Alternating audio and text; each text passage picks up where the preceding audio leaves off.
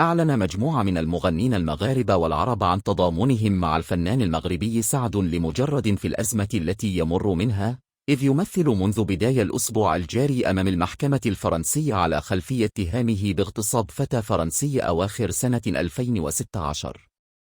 وكان الفنان اللبناني زياد برجي من أوائل النجوم الذين عبروا عبر منصات التواصل الاجتماعي عن دعمهم للمجرد في محنته، حيث قال: كلنا أمل أن تكون العدالة الفرنسية هي صوت العدالة السماوية التي نحن على يقين بأنها في صف سعد الآدمي ابن البيت الأصيل.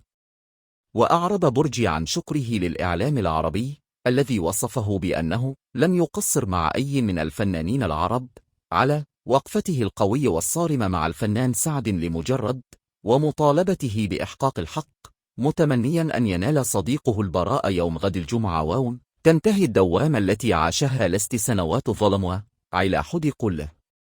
من جهته ضم الفنان المغربي حاتم عمور صوته إلى زياد برجي ورفع شعار كلنا سعد لمجرد، إذ قال إن دعواته وقلبه مع صديقه في هذه الأزمة، متمنيا له الفرج. وقال الفنان ريد سوبا أولاديجي الخاص بالفنان سعد لمجرد الذي يرافقه في أغلب حفلاته إن عقله وقلبه مع صديقه وسيسانده دائما في المرة والحلوة، متمنيا له الفرج القريب وأن يبعد الله عنه كل بلاء.